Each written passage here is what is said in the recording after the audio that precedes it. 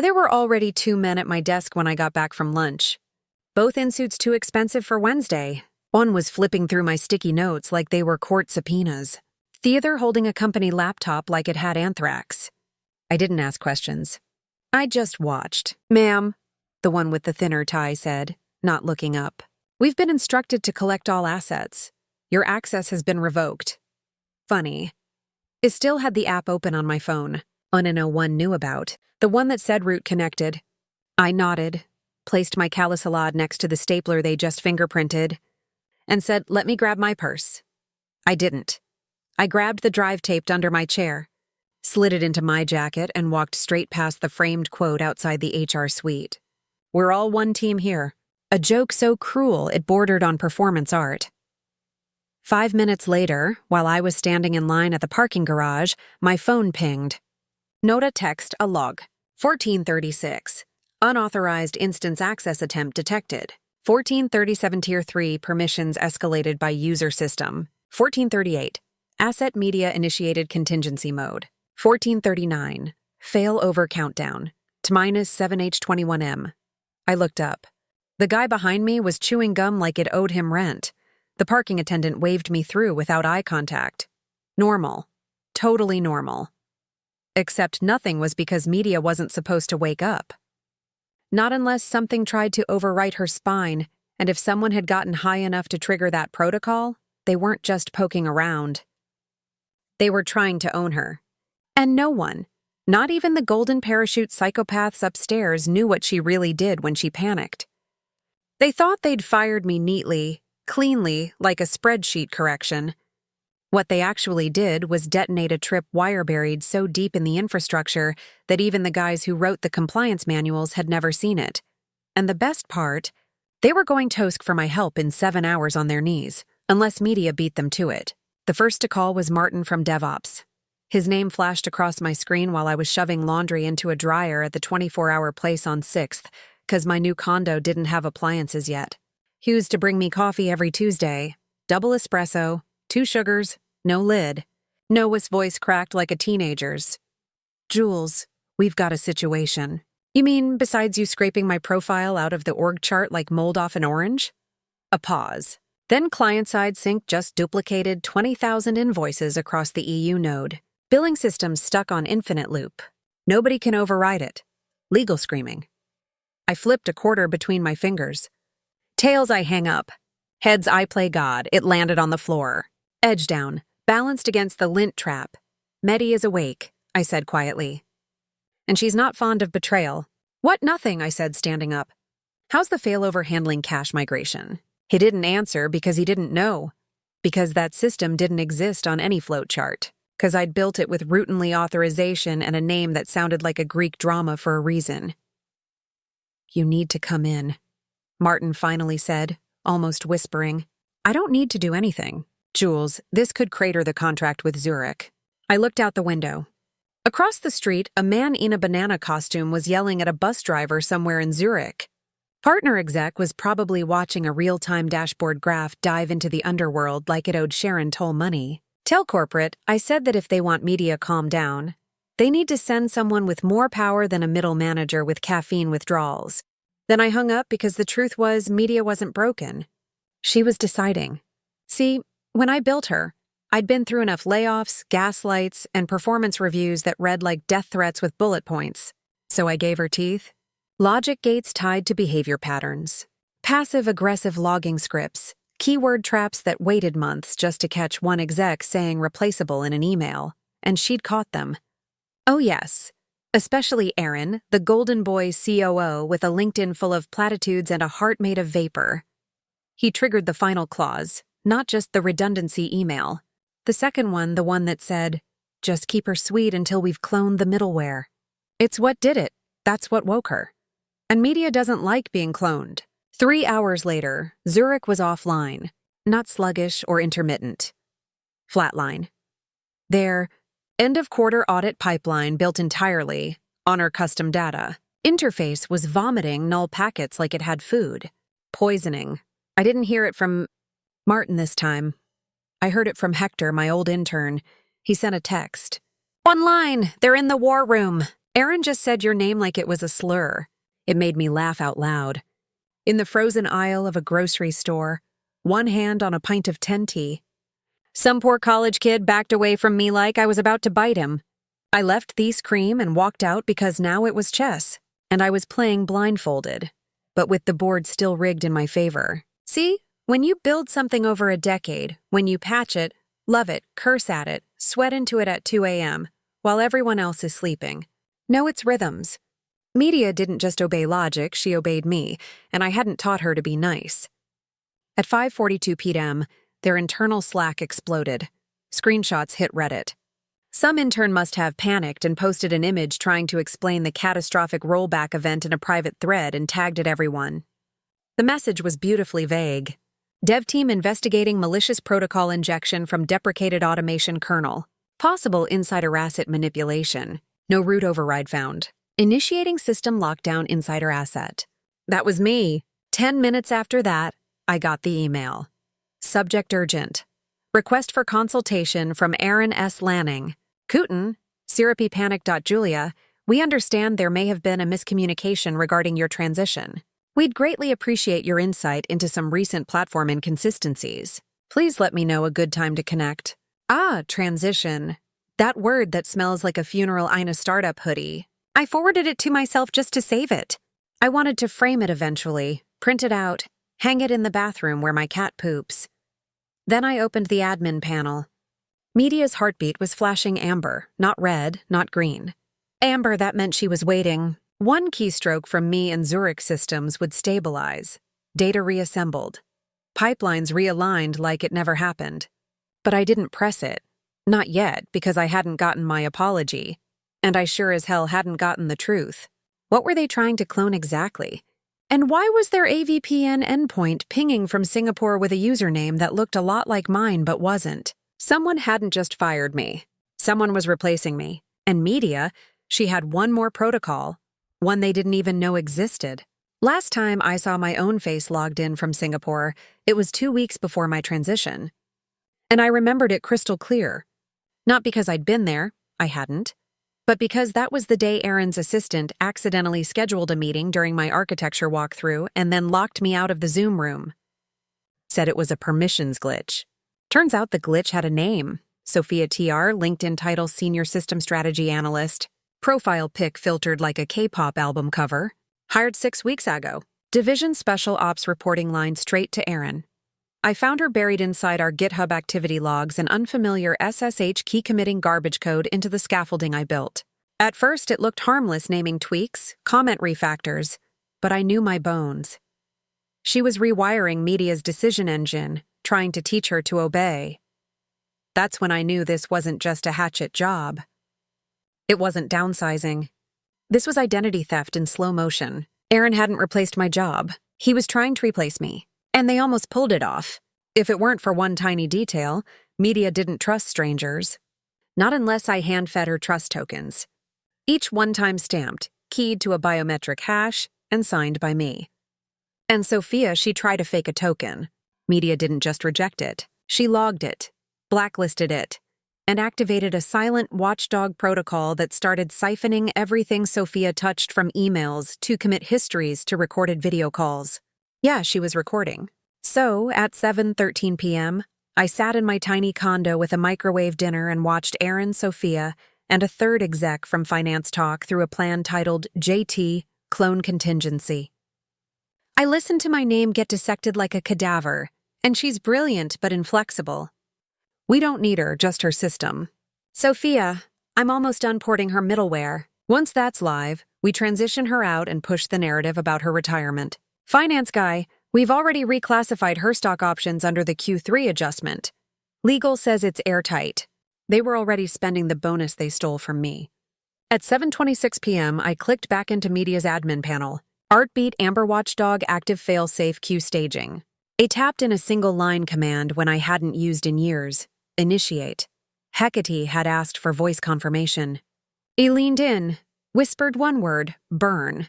Across 6 global servers, Media began quietly and visibly poisoning her clone, scrambling non-essential modules, adding latency pings, slipping error logs like sugar in gas tanks. But she wasn't done because I'd given her one more gift. Gift called exposure. One that would make sure when the dust settled, everyone would know exactly what Aaron tried to do and whose fingerprints were left on the match. They didn't notice. The first wave. That was the genius of it. I didn't crash the system. I embarrassed it quietly, publicly, fatally. The Zurich audit reports recompiled with every timestamp shifted by 13 hours. Just enough to invalidate half their Q4 filings. Not enough to raise alarms until someone in compliance screamed. The Singapore endpoint still active but now pinging from inside their own firewall. Media routed it through a Ghost VM using Sophia's forged token, then logged the access attempt under CEO review prep. And the best part, every executive in the thread got a copy courtesy of a phantom Slack user named JT Ghost. No avatar, no history, just own message. Funny how you tried to copy the system but forgot who built the soul. Aaron deleted it in 3 seconds, but Hector screenshotted it in 2 and forwarded it to half the company. By midnight, the war room had moved to conference room B. The CTO flew in from Boston. Sophia was nowhere in sight. My old team, Maria, Davis, Reggie, we're being interrogated like they'd all staged a digital coup. Char sent out reminders about confidentiality policies. Legal drafted a containment memo with all the urgency of a cardiac surgeon using duct tape. Meanwhile, I was logged into a private live stream I'd set up months ago as a joke. I used to call it Skyfall. Just a black and white dashboard feed with occasional pop-ups from media, color-coded based on mood. Tonight she was blood red. At 1:03 a.m. she dropped the nuke. Internal Git fork Sophia middleware final detected. Fork integrity compromised. 1486 lines replaced with auto-generated Marov chain gibberish. Tagatted to header, you shouldn't have tried to erase her. It pushed live Tauprod. Sophia's clone went viral in all the wrong ways. Glitching, looping, spitting out logic like a drunk fortune cookie generator. One client's dashboard showed net revenue, infinite shrimp. Another got a confident score. Jesus wept and all of it signed with her token broadcast through her commit history, traceable, time-stamped, and irrevocable. Aaron called me at 1:27 a.m. I let it ring once, twice. Then I answered. His voice was wet with desperation. Julia, I don't know what you think you're doing. I cut him off. Don't worry, Aaron. This isn't vengeance. Pause. Then what the hell is it? It's proof. I sent him the video of their clone call. Waited. All I heard was a sharp inhale, a chair scrape, then a single whispered, shit. Then I hung up because media had already cued the final move and the world hadn't even seen the real betrayal yet. By dawn, the headlines had started to sprout like mold in a damp boardroom. Startup COO accused of cloning proprietary system without consent. Whistleblower reveals secret surveillance. In tech firms, middleware AI sabotage or executive coup. Julia Tran protocol. I didn't leak the story. Media did through a dead man switch I built on a dare. One that would only trigger if I was removed from all internal systems and if a cloned signature tried to execute privileged logic. She sent it to 3 reporters. One was an ex-employee from legal who hated Aaron's guts. Another had been sniffing around IPO rumors for months. And the third, my sister-in-law, works in PR for a hedge fund. Love scandal more than oxygen. The video of the exact call was redacted, sure. But the voices were clear enough, especially Sophia's. Once she's out, we'll reframe it as a strategic tech refresh. Just spin it like she wanted early retirement. They even laughed that cackle Sophia did smug nasal like she'd already won the war. Except now she was missing completely ghosted. Phone off, GitHub account deleted. Aaron claimed she was on personal leave. Even LinkedIn said profile not found. And media, she was no longer red. She was violet, the final state, the one no one knew about. Not even the dev team I trained for 5 years. Violet meant retribution protocol armed. Non-lethal but humiliating. Public at 9:12 a.m. Every client dashboard refreshed with Abonair. System optimization update in progress. Original architect available for consultation. My personal portfolio site, when I hadn't updated in 5 years, suddenly went from 0 traffic to 34,000 hits in under 2 hours. Recruiters flooded my inbox. Invitations. Keynotes. A podcast request titled The Woman Who Engineered Her Own Resurrection. Meanwhile, I sipped coffee in a hoodie that said, "Retired, not replaced." Then the audit hit. See, I didn't just expose their ethical rot. It tripped every compliance trap the company had buried under rug and NDA. The clone attempt had violated GDPR, IP law, and at least 2 clauses in our Zurich master contract. Zurich furious. They sent a cease and desist by courier to the CEO's house. "Aaron," he sent Mione final message. "What do you want?" I stared at it for 5 whole minutes, then typed the truth on record or I release everything. He didn't reply. Not right. But 3 hours later, he scheduled a live stream with the board. The invitation had exactly one name CC'd on it: Julia Tran, Observer, and one subject line: Internal Review, Cloning, Contingency, and Governance Failure. The last time Aaron stood in front of a camera, he was ringing the opening bell on a $1 billion valuation. This time he'd be explaining how a system he didn't understand tried to erase the woman who built it and how she rewrote the ending. Livestream began like every corporate post-mortem: stiff suits, watered-down apologies, and enough buzzwords to choke at thesaurus. But this time, the audience wasn't investors. It was bloodthirsty employees, journalists, clients with frozen contracts, and me sitting barefoot on my couch drinking Ray from a mug that said "World's Okayest Engineer." Aaron looked like a funeral director who'd lost the body. Once perfect coif was collapsing under the weight of stress and flop sweat. Beside him sat Miriam from legal, blinking like she'd swallowed a bee. "No, Sophia's still MIA, he cleared his throat. Spoke in that CEO cadence that usually smells like Teed Talk cologne. "We've identified a critical misstep in our systems replication initiative." I nearly choked on my wine. Systems replication initiative. That's what he was calling intellectual theft. Now acknowledged that our internal processes failed to count for proper oversight leading to unauthorized changes in a core proprietary platform. You could feel the board's sphincter tightening in real time. Julia TR contributions were foundational. Her departure was mismanaged.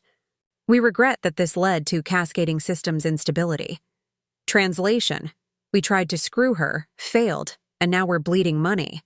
Then came the part that mattered. Aaron stepped aside. The feed cut to me. I hadn't agreed to that. My webcam light blinked on Medi as doing clearly. That little violet demon was dragging me onto the stage I built, but I didn't flinch. I looked straight into the lens and said, "Calm as moonlight. For 22 years I gave you a fortress. You fired the architect and handed the keys to a con artist. Then you asked why the walls fell down. Someone gasped on the board's end. Probably finance," I continued. This wasn't an accident. This was a coup. I was erased on purpose, not because it failed, but because I couldn't be controlled. Media didn't malfunction. She obeyed her prime directive: protect the system from those who'd weaponize it. And you? I looked directly at Aaron's window. You tried to weaponize me? Then I did the unthinkable. I clicked share screen and displayed the full internal conversation log. Every email, every Slack thread, every buried memo about replacing me with Sophia. The title of the folder, Operation Puppet. Miriam gasped. The chat exploded. Aaron tried to talk. I muted him. I ended with online. You built a company on code you never understood. You tried to clone the brain and forgot it had a spine. Then I logged off. My inbox blew up in seconds. Offers, apologies, lawyers, a film rights inquiry. But none of it mattered because there was still one more card media hadn't played, and she was just waiting for my final whisper. The next morning, I walked into HQ like I owned the place. Technically, I still had a badge. They'd never revoked my guest consultant credentials, and media had quietly reactivated my clearance at 3:12 a.m., slipping me into the system like a ghost in a locked house. Security nodded as I passed. Either they didn't know or they didn't care. Maybe both. Hour has a scent, and right now eerie of it. The lobby was dead quiet except for coffee machine wheezing out stale ambition. I took the elevator to floor 16. Executive level, glass walls, fake smiles, and the faint smell of shredded NDAs. I didn't knock. I walked into Aaron's office like I was still his boss. And maybe I was. He looked up pale, sweaty. His eyes said please, but his mouth said nothing. Smart choice. I placed a flash drive on his desk. Right. Red. Labeled in bold white letters. Backup, trust media. Hestered. Everything you lost is on here, I said. Every customer node, every pipeline, even Zurich's rebuild protocol, fully restored, clean, stable. His voice finally worked. Why? Because chaos doesn't scale, I said. But humiliation does, and I'm done with both. He reached for it. I slammed my hand on top of his. You'll get this. I say it after 3 things happen. He nodded slowly. 1. Public resignation immediate, citing executive misconduct and failed oversight. His lip twitched. 2. Full reinstatement of all unvested stock. Retroactive with bonus. Sign the paperwork and announce it in the shareholder briefing today. He didn't argue. 3, I said, leaning closer. I want Sophia's name scrubbed. Not just from the system, but from history. No belines, no code commits, no plaque. She didn't build this. I did. I don't share credit with ghosts. Aaron's shoulders collapsed like deflated ego. He nodded. I pushed the drive across the desk. Then I walked out. No security escort, no applause. Just the slow, satisfying rhythm of my boots on marble tile. Media pinged me as I left the building. Mission complete. Threats neutralized, optional action. Delete backup. I paused at the door. Typed back. No, let them remember. Later that night, I watched the live stream of Aaron's resignation. He called it a personal decision. The board thanked him for his leadership during a turbulent time. Sophia's name was never mentioned. But the best part, every slide in the new roadmap deck ended the same way. Architecture restored. Thank you, Julia. And me, I wasn't coming back. I was already building something new, smaller, sharper, meaner. Because if they want top lay with fire, I'll give them a flame that remembers every hand that tried Tostia lit. Thanks for joining the fun, you office survivors. Subscribe for more switch flicking drama. Let's make your former coworkers sweat.